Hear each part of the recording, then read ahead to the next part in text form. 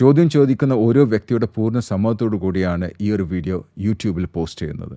ഈ ഒരു കമ്മ്യൂണിറ്റിയിൽ ഫ്രീ ആയി ജോയിൻ ചെയ്യണമെന്നുണ്ടെങ്കിൽ ഞങ്ങൾ അപ്ഡേറ്റ്സിനെ കുറിച്ച്, ട്രെയിനിങ്ങിനെ കുറിച്ച്, അല്ലെങ്കിൽ കോച്ചിങ്ങിനെ കുറിച്ചിട്ട് എല്ലാം ചോദ്യം ചോദിക്കാൻ ആഗ്രഹം ഉണ്ടെങ്കിൽ നിങ്ങൾ യൂട്യൂബിൽ ഡിസ്ക്രിപ്ഷനിൽ 2 ലിങ്ക് ഉണ്ട്. ഒന്ന് മലയാളത്തിലുള്ള ലിങ്ക്, ഒരു വാട്സപ്പ് ഗ്രൂപ്പിലേക്കുള്ള ലിങ്കും, മറ്റത് ഇംഗ്ലീഷ് വാട്സപ്പ് ഗ്രൂപ്പിലേക്കുള്ള ലിങ്ക്. അതിൽ ഏതിലും നിങ്ങൾക്ക് ജോയിൻ ചെയ്യാം, അല്ലെങ്കിൽ 2ലും ജോയിൻ ചെയ്യാം. I'll see you in the WhatsApp group. We are recording this. Are you okay with that? ഇത് റെക്കോർഡ് ചെയ്യണ്ടോ? കുഴപ്പമുണ്ടോ? കുഴപ്പമില്ല, റെക്കോർഡ്. ഓക്കെ. ഇത് യൂട്യൂബിൽ പോസ്റ്റ് ചെയ്യും ആസ് എ കേസ് സ്റ്റഡി. കുഴപ്പമുണ്ടോ? കുഴപ്പമില്ല. Okay, right. ഇനി നിങ്ങൾക്ക് എന്താണ് അച്ചീവ് ചെയ്യേണ്ടത്? അത് വളരെ ഷോർട്ടായിട്ട് പറയാം. എത്രയും ഷോർട്ടായിട്ട് പറയാൻ പറ്റും, അത്രയും ക്രിസ്പായിട്ട് പറയാൻ പറ്റും. എനിക്ക് ഐ ക്യാൻ ഹെൽപ്പ്. ഷോർട്ടായിട്ട് പറയാം. ഞാനിപ്പോൾ നമ്മുടെ കമ്പനി ഒരു വലിയൊരു ഡീലിങ്സ് സംസാരിച്ചു കൊണ്ടിരിക്കുന്നു. അത് നമുക്ക് അച്ചീവ് ചെയ്യും. ഇപ്പം അത് ശരിക്കും പറയുകയാണെങ്കിൽ അത് ഒരു വൈഡ് ആയിട്ടുള്ള ഒരു പ്രോജക്റ്റാണ്. ആ പ്രോജക്റ്റിലേക്ക് നമ്മൾ ഒരു കൺസോർഷ്യം ഉണ്ടാക്കിയിട്ട് നമുക്ക് അതിലേക്ക് എൻ്റർ ചെയ്യാനുള്ള ഒരു പരിപാടിയിലാണ്. അപ്പൊ അതിനോടനുബന്ധിച്ചിട്ട് 4 മീറ്റിംഗ് കഴിഞ്ഞു. ഇനി അടുത്ത ഫ്രൈഡേയിൽ ഇതിന്റെ ഡയറക്ടറേറ്റ്, ഈ പ്രോജക്റ്റിന്റെ ഡയറക്ടറേറ്റ് നമ്മളൊരു മീറ്റിംഗ് വെച്ചിട്ടുണ്ട്. അപ്പം അതൊരു റിസ്കി ഗെയിമാണ്. എന്നിരുന്നാലും നമ്മൾ അതിലേക്ക് എൻ്റർ ചെയ്യാൻ വളരെയധികം ആഗ്രഹിക്കുന്നുണ്ട്. അപ്പൊ അതിലേക്ക് വേണ്ടിയിട്ട് നമ്മൾ എന്ത് ചെയ്യണം എന്നുള്ളത് സാറിന്റെ ഭാഗത്തു നിന്ന് എന്തെങ്കിലും ഡയറക്ഷൻസ്?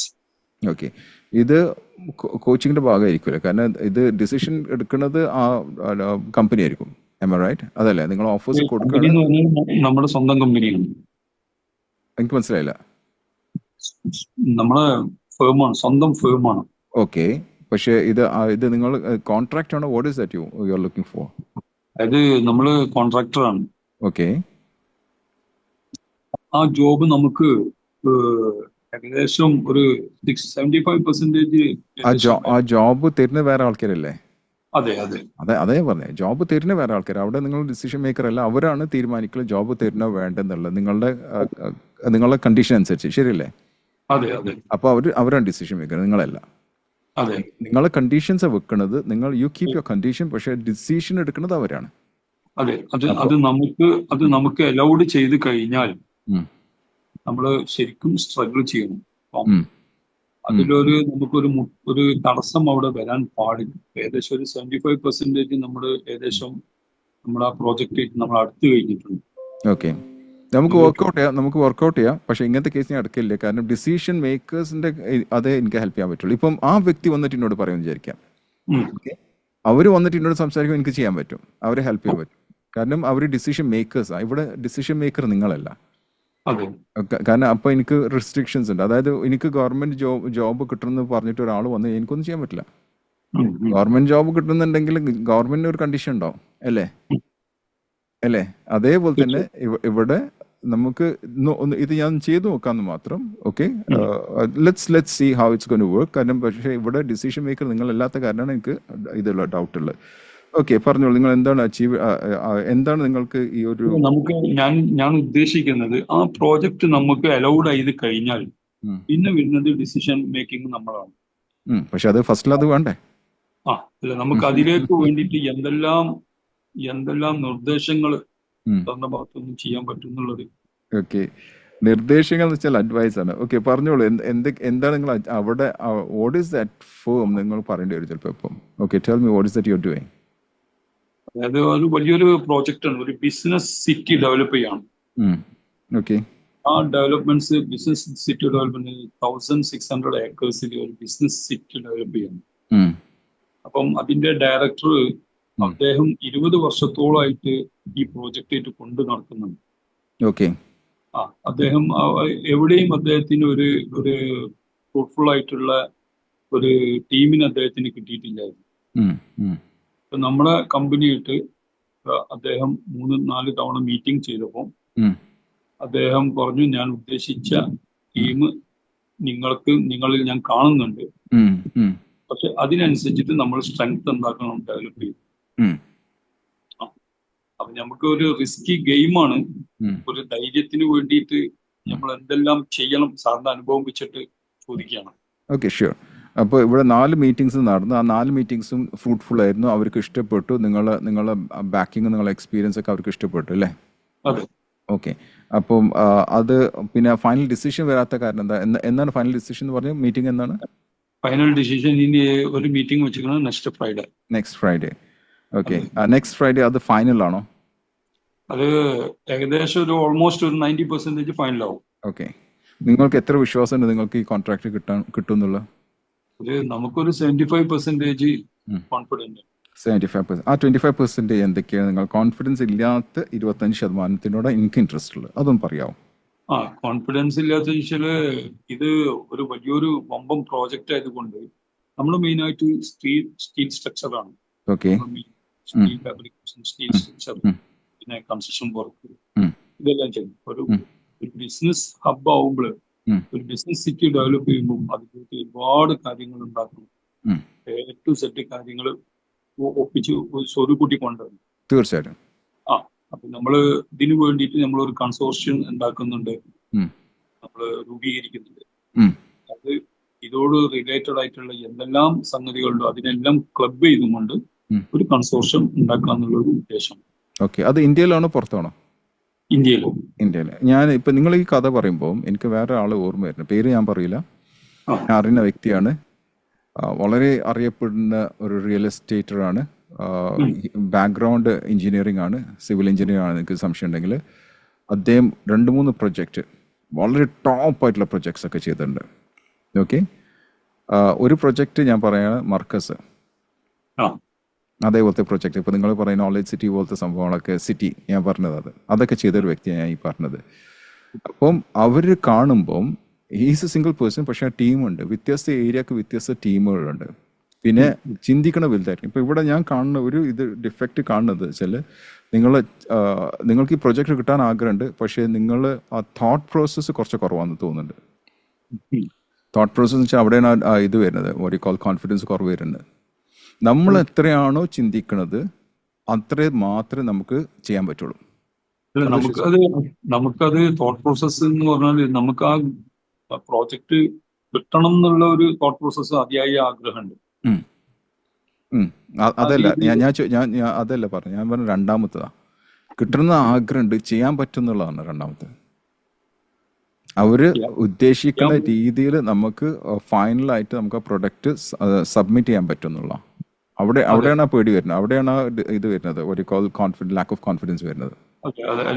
ഇതുവരെ അത്രയും ഒരു മേജർ പ്രോജക്റ്റിലേക്ക് കൈവെക്കാത്തത് കൊണ്ടുള്ള ഒരു എക്സാക്ട്ലി കറക്റ്റ്. അപ്പൊ ഞാൻ ചോദിക്കണത്, നിങ്ങളൊപ്പം മീറ്റിങ്ങിന് പോകുമ്പോൾ നിങ്ങളൊപ്പം ആരെയെ കൊണ്ടുപോകണ്ടേ?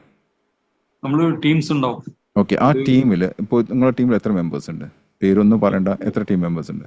ടീംസിൽ ഇപ്പോൾ ഓൾറെഡി ഇപ്പോൾ ഒരു 7 മെമ്പേഴ്സ് ഉണ്ട്. ഓക്കെ. ഈ 7 മെമ്പേഴ്സിന്റെ നോളജ് എടുത്ത് നോക്കാം, അവരെ വിശ്വാസം എടുത്ത് നോക്കാം. നോളജ് ആൻഡ് വിശ്വാസം, ദാറ്റ് മീൻസ് ബിലീഫ് എടുത്ത് നോക്കാം. അവര് അതിൽ ഏറ്റവും ടോപ്പ് ബിലീഫും ആ ഒരു കോൺഫിഡൻസ് ഉള്ള ആളാരാ? നിങ്ങളെല്ലാവരും, നിങ്ങൾ ഉൾപ്പെടും കേട്ടോ, നിങ്ങളൊക്കെ ഉൾപ്പെടെ. സോറി, ഒന്നിന്റെ ബ്രദർ എന്നാണ്. ഓക്കെ. ഒന്ന് ഈ ക്ലയന്റ് ആയിട്ട് ഏറ്റവും അടുത്തിട്ട് നിൽക്കുന്ന ഒരു ക്യാരക്ടറും. ഓക്കെ. അവർക്ക് എക്സ്പീരിയൻസ് ഉണ്ടോ? തീർച്ചയായിട്ടും അവർക്ക് എക്സ്പീരിയൻസ് നിങ്ങളെക്കാളും കൂടുതൽ എക്സ്പീരിയൻസ് ഉണ്ടോ? ഉണ്ട്. ഓക്കെ. എങ്ങനത്തെ ആൾക്കാരെ കിട്ടേണ്ടത്? അതായത് നിങ്ങളെക്കാളും കൂടുതൽ എക്സ്പീരിയൻസും എക്സ്പെർട്ടീസ് ആണ്. ഓൾമോസ്റ്റ് 40 years എക്സ്പീരിയൻസ്ഡ് ആണ്. എക്സ്പീരിയൻസ് മാത്രമല്ല, അവർ അതിൽ എക്സ്പെർട്ടീസ് ആയിരിക്കും. ഇങ്ങനത്തെ പ്രൊജക്ട് ചെയ്ത വ്യക്തികളായിരിക്കണം. ഇങ്ങനത്തെ പ്രൊജക്ട് ചെയ്തിട്ടുണ്ടോ?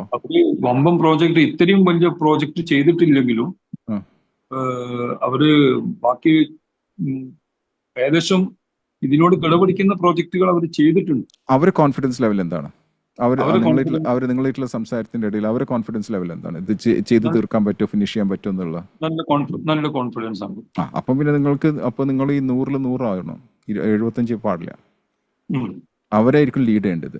കാരണം അവർക്കാണ് ആ കോൺഫിഡൻസ്. നിങ്ങളെക്കാളും എനിക്ക് ഇവിടെ തോന്നിയത്, നിങ്ങൾക്ക് കിട്ടണമെന്ന് ആഗ്രഹമുണ്ട് അവിടെ 100%. പക്ഷെ നിങ്ങൾക്ക് ആ പ്രൊജക്റ്റ് പൂർത്തീകരിക്കുന്ന കാര്യത്തിൽ നിങ്ങൾക്ക് 75% മാത്രമേ ഉള്ളൂ.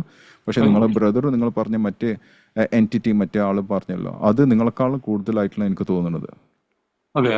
ഓക്കെ. അപ്പം അവര് ആ ഒരു ഡിഫറൻസ് ഉണ്ടല്ലോ, നിങ്ങളും ഈ വ്യക്തികളും തമ്മിലുള്ള ഡിഫറൻസ് നിങ്ങൾ ഐഡന്റിഫൈ ചെയ്യണം. What is the they think and what you don't think. ആ ഡിഫറൻസ് മനസ്സിലായില്ല. ആ ഒരു കപ്പാസിറ്റിയിലായിരിക്കണം സംസാരിക്കേണ്ടത്. നിങ്ങളുടെ കപ്പാസിറ്റി അല്ല. നിങ്ങൾക്ക് ആ പേടിൻ്റെ ഫാക്ടർ എവിടെയെങ്കിലും വരും ആ സംസാരത്തിൽ തന്നെ. അപ്പോൾ ആരാ സാധാരണ മീറ്റിംഗ് ആരാ ലീഡ് ചെയ്യുന്നത്? മീറ്റിംഗ് ലീഡ് ചെയ്യുന്നത് ഈ 2 persons. Okay, then it's fine. അപ്പം അവരാണ് ലീഡ് ചെയ്യുന്നത് വെച്ചാൽ ഇതിന് യാതൊരു കുഴപ്പമില്ല. അവർക്ക് കോൺഫിഡൻസ് ഉണ്ടെങ്കിൽ ഇത് കിട്ടാനുള്ള ചാൻസ് കൂടുതലുണ്ട്. പിന്നെ എന്തൊക്കെ ചോദ്യങ്ങളാണ് അവിടുന്ന് വരിക എന്നുള്ളത് പ്രതീക്ഷിക്കുന്നുണ്ടോ? അവിടുന്ന് ഒബ്ജെക്ഷൻസ് എന്തൊക്കെയാണ് വരാനുള്ള ചാൻസ് ഉള്ളത്?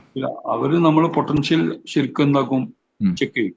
ഓക്കെ, അതാണ് നമ്മൾ ഏറ്റവും കൂടുതൽ പ്രതീക്ഷിക്കുന്നത്. പക്ഷെ ഈ മറ്റേ നമ്മുടെ എക്സ്പീരിയൻസിന്റെ കാര്യത്തിൽ നമുക്ക് എന്തില്ല, നമുക്കൊരു വറിയിടുമില്ല. എക്സ്പീരിയൻസ് ആയിട്ടുള്ള സ്കില്ലായിട്ടുള്ള ആളുകൾ നമ്മുടെ ടീമിൽ ഉണ്ടെന്ന് പറഞ്ഞ് കേൾക്കണില്ല എനിക്ക്. ഉണ്ട് ടീമിൽ. ഓക്കെ. പക്ഷെ നമ്മളെ വർക്ക് പൊട്ടൻഷ്യാലിറ്റി ആയിരിക്കും അവര് തീർച്ചയായിട്ടും കൂടുതൽ ചോദ്യം ചെയ്യാന്നുള്ള എക്സ്പെക്ടേഷൻ നമുക്കുണ്ട്. ഓക്കെ, അവരെന്തൊക്കെ ചോദ്യങ്ങൾ മീറ്റ് ബിഫോർ ദ മീറ്റിംഗ് എന്നതിൽ പറയാം.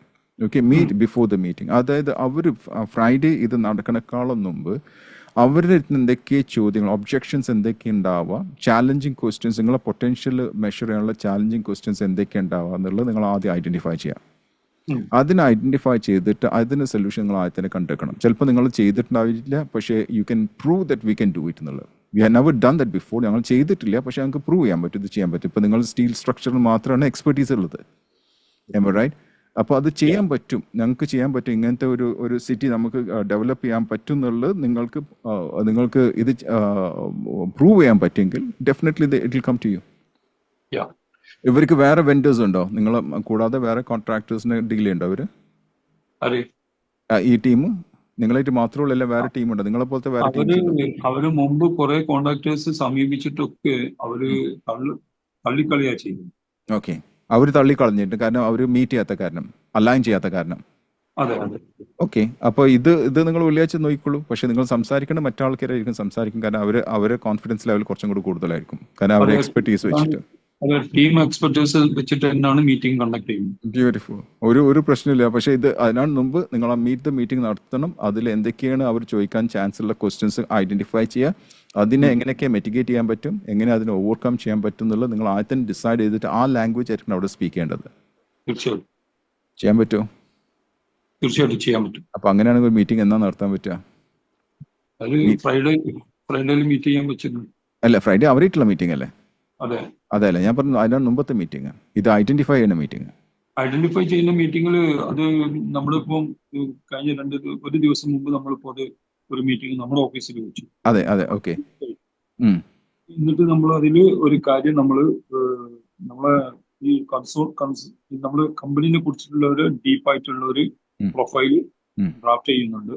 അതിന്റെ കൂടെ ഇനി എന്തെങ്കിലും ആഡ് ചെയ്യണമെങ്കിൽ ഇപ്പൊ സാറ് പറഞ്ഞ മാതിരി അവർ ചോദിക്കുന്ന കണ്ടൻസുകൾ എന്താണെന്ന് വെച്ചാൽ, ചോദ്യങ്ങൾ എന്താ വെച്ചാൽ അത് നമ്മൾ മുൻകൂട്ടിയിട്ട് പ്ലാൻ ചെയ്യണമെന്നാണ് ഇപ്പൊ സാറ് പറഞ്ഞത്.